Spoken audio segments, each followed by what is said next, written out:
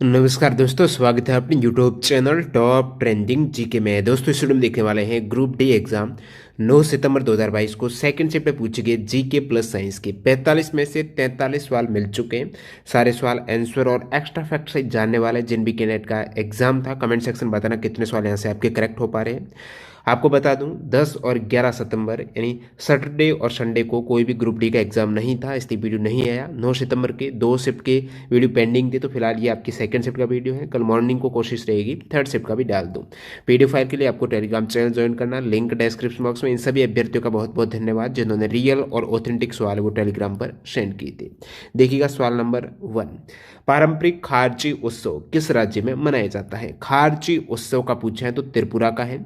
यहाँ पर 14 देवी देवताओं की पूजा की जाती है। खारची उत्सव जो कि त्रिपुरा में मनाया जाता है। आगे बढ़े उससे पहले टेक्स्ट बुक की सबसे बेहतरीन डील जिसका आज लास्ट डे है 9 से 11 सितंबर वाली, जिसमें आपको ईयरली टेक्स्ट बुक पास 1 रुपये पर डे के अकॉर्डिंग आप यहाँ इससे भी कम 1 रुपये पर डे से भी कम फी पर ये टेक्स्ट बुक पास आप ग्रैब कर सकते हो। वैसे 365 का ये डील है। टीटीजी के कूपन कोड यूज़ कर लेना, एक्स्ट्रा और 10% का आपको डिस्काउंट मिलने वाला है 40 रुपये के आसपास। लिंक डिस्क्रिप्शन बॉक्स में है। काफ़ी किफ़ायती डील है, ज़रूर इसका फ़ायदा उठाइएगा। जिसमें सारे एग्जाम्स के mock test, railway, SSC, banking, defence, UPSC, other state और सेंट्रल लेवल गवर्नमेंट एग्जाम, जो 580 प्लस एग्जाम्स के मॉक टेस्ट एक ही पास में ईयरली टेक्स्ट बुक पास है। यहाँ पर सेम एग्जाम पैटर्न और डैशबोर्ड पर आधारित मॉक टेस्ट रहते हैं। ज़्यादा जानकारी के लिए लिंक चेकआउट कीजिएगा। अगला सवाल है, उत्तल लेंस की फोकस दूरी कैसी होती है, नेगेटिव या पॉजिटिव? तो उत्तल लेंस हो गया या फिर उत्तल दर्पण हो गया, यूपी होता है हमेशा। उत्तल और पॉजिटिव लेंगे आप, धनात्मक होगी। अगला सवाल, किस जगह ब्रह्मपुत्र को सांगपो नदी के नाम से जाना जाता है? सांगपो नदी कहा जाता है तिब्बत में। वैसे इसका यरलुंग सांगपो इसे कहा जाता है तिब्बत में। आपको पूछ लें देहांग कहाँ पर कहा जाता है ब्रह्मपुत्र को, तो आप कहेंगे अरुणाचल प्रदेश में ब्रह्मपुत्र को देहांग, असम में इसे ब्रह्मपुत्र कहा जाता है, बांग्लादेश में ब्रह्मपुत्र को जमुना कहा जाता है। नेक्स्ट सवाल देखते हैं। यहाँ पर समानांतर क्रम प्रतिरोध का आगे सवाल इंक्लूड है। अनुच्छेद 51A में क्या है? आर्टिकल 51A में मौलिक कर्तव्य हैं EG1। न्यूलैंड अष्टक नियम कौन से तत्वों पर लागू होता है? तो न्यूलैंड का अष्टक नियम, ये विकल्प थे हल्के तत्व, धात्विक, अधात्विक, रेडियोधर्मी। न्यूलैंड का अष्टक नियम आपको पता है उस समय 56 ज्ञात तत्व थे, लेकिन जो लागू हो रहा था वो केवल कैल्शियम तक ही लागू हो रहा था। न्यूलैंड का ऑक्टेव रूल। तो लाइटर एलिमेंट है, क्योंकि परमाणु द्रव्यमान के क्रम में इन्होंने एडजस्ट किया था। लाइटर एलिमेंट हल्के तत्वों पर ही लागू होता है न्यूलैंड का अष्टक नियम। नेक्स्ट सवाल, जनवरी 2022 को ओडिशा मंत्रिमंडल ने किस वर्ष के जगन्नाथ मंदिर अधिनियम में संशोधन करने हेतु मंजूरी प्रदान की? तो 1954-55 का एक्ट है जिसको यहाँ पर जगन्नाथ मंदिर अधिनियम ने जनवरी 2022 में संशोधन हेतु मंजूरी प्रदान की है। ये मंजूरी 5 जनवरी 2022 को ओडिशा मंत्रिमंडल ने जगन्नाथ मंदिर अधिनियम 1954 में संशोधन की मंजूरी दी। इस संशोधन से होगा क्या, जो मंदिर प्रशासन है और संबंधित अधिकारी हैं उनके पास राज्य सरकार की बिना अनुमति लिए जमीन को बेचने और पट्टे पर देने का अधिकार रहेगा। चुंबकीय क्षेत्र रेखाएं कौन से ध्रुव से निकलती है? तो निकलती है दोस्तों नॉर्थ से निकलती है, साउथ में प्रवेश करती है, फिर अंदर की ओर आती है वो साउथ से नॉर्थ की ओर। नेक्स्ट यहाँ पर 9 सेंटीमीटर दूरी वाले उत्तल दर्पण में कोई वस्तु 18 सेंटीमीटर दूर रखी गई है तो उसका आवर्धन क्या होगा? कॉन्वेक्स मिरर है और आवर्धन का आपको पूछा है तो आवर्धन होता है दोस्तों लेंस दर्पण के केस में m बराबर -v/u, मिरर में माइनस होता है। तो 9 सेंटीमीटर दूरी वाले उत्तल दर्पण, यानी आपको u दे रखा है वो 9 सेंटीमीटर। अब u हमेशा आपको नेगेटिव में लेना होता है, ठीक है। कोई वस्तु 9 सेंटीमीटर फोकस दूरी होगा, ठीक है, फोकस दूरी होगा तो आपको f लेना पड़ेगा। और उत्तल में f पॉजिटिव होता है, यूपी होता है तो 9, और वस्तु है आपको 18 सेमी दूर पर, यानी u बराबर -18। तो सबसे पहले आपको लेंस फॉर्मूले से v ज्ञात करना पड़ेगा, फिर दर्पण फॉर्मूले से। दर्पण फॉर्मूला है 1/f बराबर 1/v + 1/u। तो इनसे आप v फाइंड आउट करेंगे और v की वैल्यू यहाँ पर रखेंगे तो आपका आ जाएगा आवर्धन। कॉपर सल्फेट के विलयन में एल्यूमिनियम के कण मिलाने से कौन सी रिएक्शन होती है? तो ये विस्थापन अभिक्रिया है। एल्यूमिनियम की रिएक्शन कॉपर सल्फेट से कराएंगे तो एल्यूमिनियम सल्फेट, साथ ही साथ कॉपर यहाँ पर अलग हो जाएगा। 3 मीटर वाले उत्तल लेंस की क्षमता, 3 मीटर क्या फोकस दूरी, ठीक है, 3 मीटर फोकस लेंथ वाले उत्तल लेंस की क्षमता क्या होगी? अब जो पावर ऑफ लेंस रहती है 1/f है, यानी 1/f मीटर में है तो कोई दिक्कत नहीं, सेंटीमीटर है तो आपको चेंज करना, तो 1/3। और उत्तल लेंस है आपका f पॉजिटिव तो ये पावर भी पॉजिटिव। तीन चेम्बर युक्त हृदय वाला जीव कौन सा है? तीन चेम्बर की बात करूं जो ज्यादातर रेप्टाइल्स है उनका हृदय तीन चेम्बर का होता है, और जो उभयचर है उनका हृदय भी थ्री चैम्बर का होता है। आप बताना विकल्प क्या थे? उभयचर की बात करें तो फ्रॉग हो गया, सैलमेंडर हो गया, फ्लाइंग लिजार्ड, किंग कोबरा, ये सभी थ्री चैम्बर हर्ट वाले तीन कक्षीय हृदय वाले जीव हो जाएंगे। अब आपको पूछा जाता है दो चैम्बर, जब फिश है ना, मछली का हृदय दो चैम्बर है, मेंढक का तीन चैम्बर का होता है, चार चैम्बर का अपना हुमन का है, जो पक्षी है उनका भी चार चैम्बर का है, क्रोकोडाइल मगरमच्छ का भी चार चैम्बर का। डबल बॉन्ड वाले यौगिक को क्या कहा जाता है? असंतृप्त कहा जाता है। डबल बॉन्ड, सिंगल बॉन्ड है संतृप्त। अपवर्तनांक का सही क्रम, बार बार जो कलर के अपवर्तनांक से सवाल पूछा जाता है तो मैंने बताया है, जिसकी वेवलेंथ ज्यादा होगी अपवर्तनांक उसका कम होगा। तो आप कहेंगे वेवलेंथ यानी तरंग दैर्ध्य तो रेड की सबसे ज्यादा होती है, तो रेड का जो अपवर्तनांक है, रिफ्रैक्टिव इंडेक्स है, वो सबसे कम देखने को मिलेगा। तो ये आप विबज्योर से फाइंड आउट करेंगे, विबज्योर। तो विबज्योर में यहाँ पर उल्टा देखेंगे तो सबसे कम जो अपवर्तनांक रेड का मिलेगा। इस प्रकार इसमें तीन कलर थे, वायलेट, ब्लू और रेड थे। तो वाई और सबसे अधिक वी वायलेट, और उसके बाद बी और आर, ये सही क्रम हो जाएगी क्योंकि वायलेट की वेवलेंथ सबसे कम है, इसका मतलब अपवर्तनांक सबसे अधिक। मटर के पौधे पर अपने क्लासिक प्रयोग में मेंडल ने किसका प्रयोग नहीं किया था? तो ये सेम इस टाइप से विकल्प थे, बीज का रंग, फली की लंबाई जो पोड लेंथ है, बीज का आकार, फूल की स्थिति। तो किसका प्रयोग मेंडल ने इसमें से उपयोग नहीं लिया है? तो पोड लेंथ है, फली की लंबाई है, वो मेंडल ने अपने पौधे के जो उपयोग किया है, एक्सपेरिमेंट किया है, उसमें प्रयोग नहीं लिया है। कोयला उत्पादन का अग्रणी क्षेत्र कौन सा है? वैसे झारखंड भारत का अग्रणी कोयला उत्पादक राज्य है, लेकिन क्षेत्र का पूछा है तो झरिया जो धनबाद सिटी में आता है, तो झरिया है ये झारखंड में जो भारत का सबसे बड़ा कोयला भंडार है, झरिया झारखंड, धनबाद सिटी, इसलिए धनबाद को भारत का कोयला राजधानी के रूप में, कोल कैपिटल है वो धनबाद है। करवे समिति किससे संबंधित है? लघु उद्योग विकास से संबंधित समिति है। इसकी स्थापना 1955 में हुई है। करवे समिति ग्रामीण विकास को बढ़ावा देने के लिए लघु उद्योग के उपयोग की क्षमता का पता लगाती है। तो लघु उद्योग से संबंधित अन्य समितियां पूछे, करवे समिति 1955, नायक समिति 1991, आबिद हुसैन समिति 1997 और एस कोहली समिति 2000।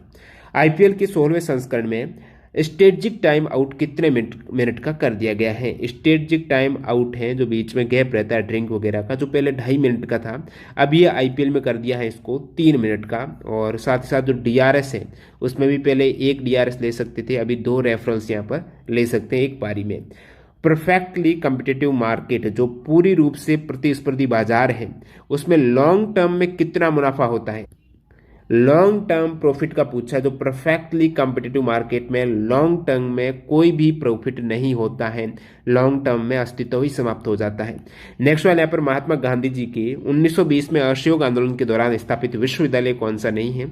तो 4 जो प्रमुख विश्वविद्यालय जो उस दौरान स्थापित हुए हैं उसमें जामिया मिलिया इस्लामिया है, गुजरात विद्यापीठ, काशी विद्यापीठ, बिहार विद्यापीठ। इनकी स्थापना महात्मा गांधी के असहयोग आंदोलन के आह्वान के दौरान हुई थी।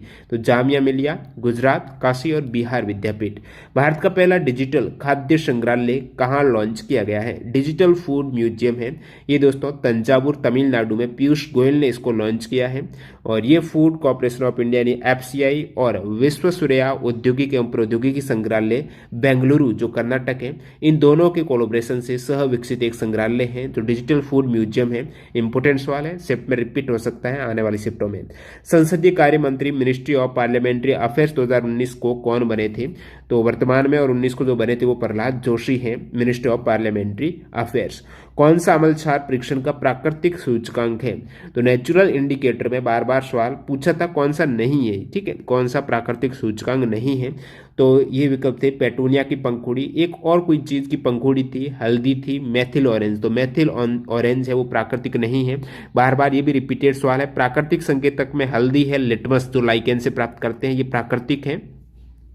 सिंथेटिक में मिथाइल ऑरेंज और फिनोप्थिलीन हो जाएंगे, सिंथेटिक और प्राकृतिक हैं। जैसे पेटूनिया पेटल्स हैं, ये आपके नेचुरल हैं, जो कि पेटूनिन एक अम्लीय घोल में लाल बैंगनी और क्षारीय घोल में बैंगनी में कन्वर्ट हो जाता है, तो ये अम्ल क्षार का एक इंडिकेटर हो जाएगा। इसी प्रकार हल्दी भी एसिड बेस संकेतक है, और हल्दी गहरे लाल रंग में कब कन्वर्ट होगा? जब वो क्षार से रिएक्शन करता है। अगला सवाल लिखते हैं,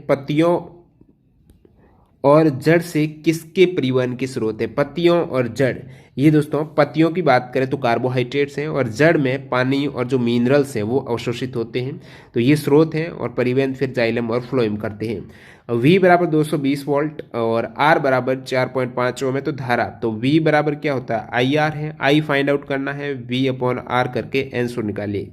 who is the father of Indian economic planning? भारतीय आर्थिक योजना के जनक कौन है? तो सर मोक्ष गुंडम विश्वेश्वरैया को भारतीय आर्थिक योजना का जनक कहा जाता है। और महालनोबिस से इनको भारत में आधुनिक सांख्यिकी का जनक कहा जाता है। ऑलरेडी ग्रुप डी में इस फैक्ट के आ चुका है सवाल। ओजोन परत पर क्लोरोफ्लोरोकार्बन का प्रभाव कब से कम होना शुरू हुआ है? CFC का प्रभाव ओजोन पर कम होना स्टार्ट हुआ है। जो ओजोन क्षरण का एक प्रमुख कारण है क्लोरोफ्लोरोकार्बन है, हेलोजन गैसेज है।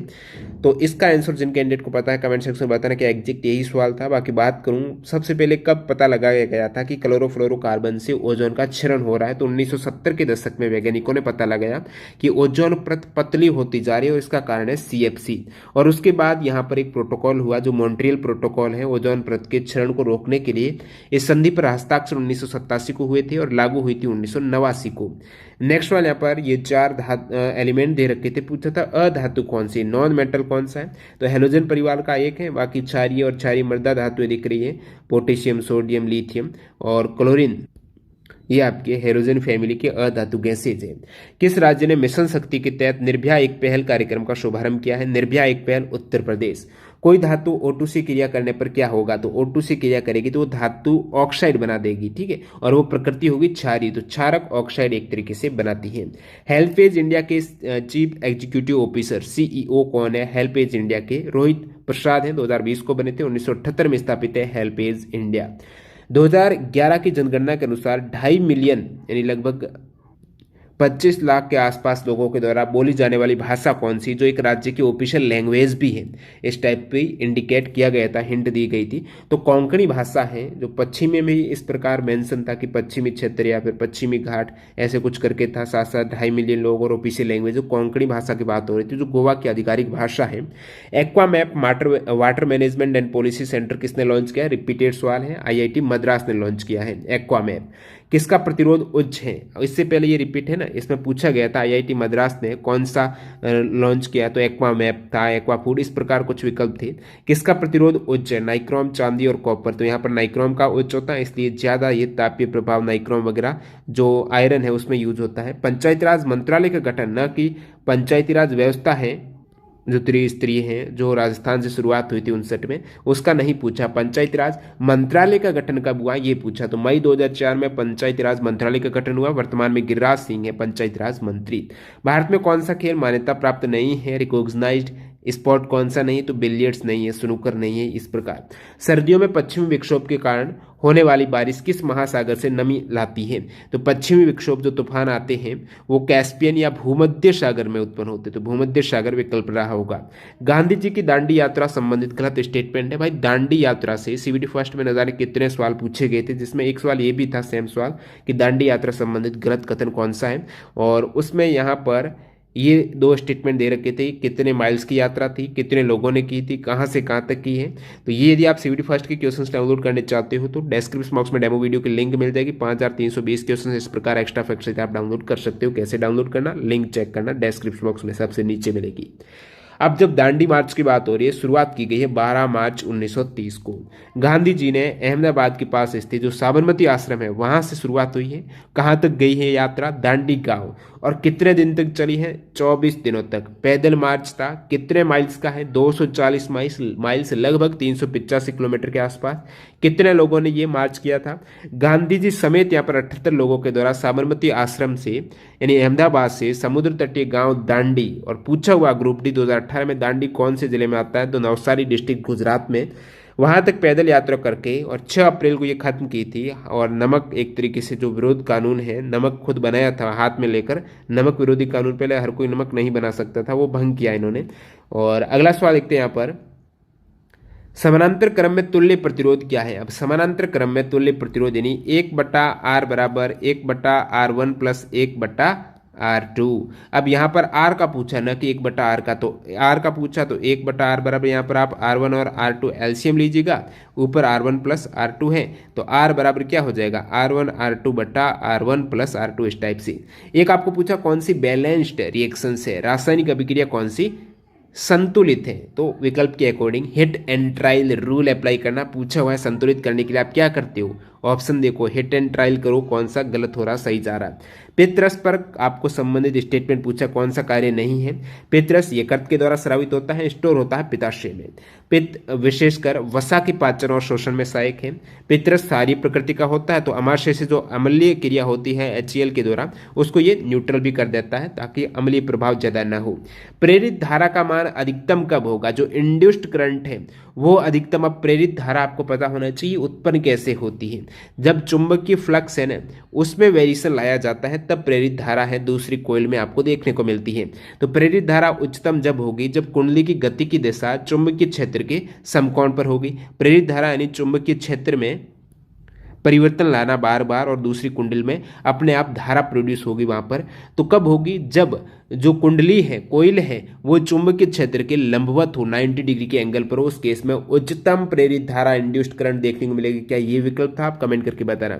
बाकी प्रेरित धारा है वो चुंबकीय फ्लक्स में समय परिवर्तन, जितना ज्यादा आप क्विक परिवर्तन कर पाएंगे फ्लक्स में, जितना कम सेकंड लगेगा पास लाने में दूर ले जाने में, वो जितना ज्यादा क्विक होगा समय की समानुपाती है, जितना तेज समय होगा उतना ही आपका चुंबकीय प्रेरित धारा ज्यादा होगी।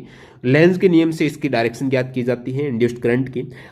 हार्मोन प्रोटीन और जीन संबंधित गलत कथन में ये स्टेटमेंट ये ऑप्शन थे। अब ऑप्शन थे for every hormone there is a gene, प्रत्येक हार्मोन में एक जीन होता है, और एवरी प्रोटीन एक प्रत्येक प्रोटीन में जीन होता है, दोनों ही करेक्ट है। फिर है कि every molecules of fat there is, प्रत्येक जो फैट वसा के अणु में जीन नहीं होता है, गलत स्टेटमेंट है।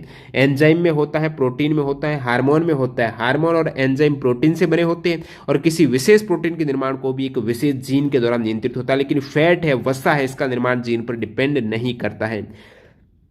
अंतिम सवाल देखिए, सवाल हालांकि स्पष्ट नहीं मिला। ग्राउंड वाटर संबंधित स्टूडेंट ने बताया कि 10th क्लास का जो एनवायरनमेंट वाला चैप्टर है उससे एक सवाल पूछा हुआ है।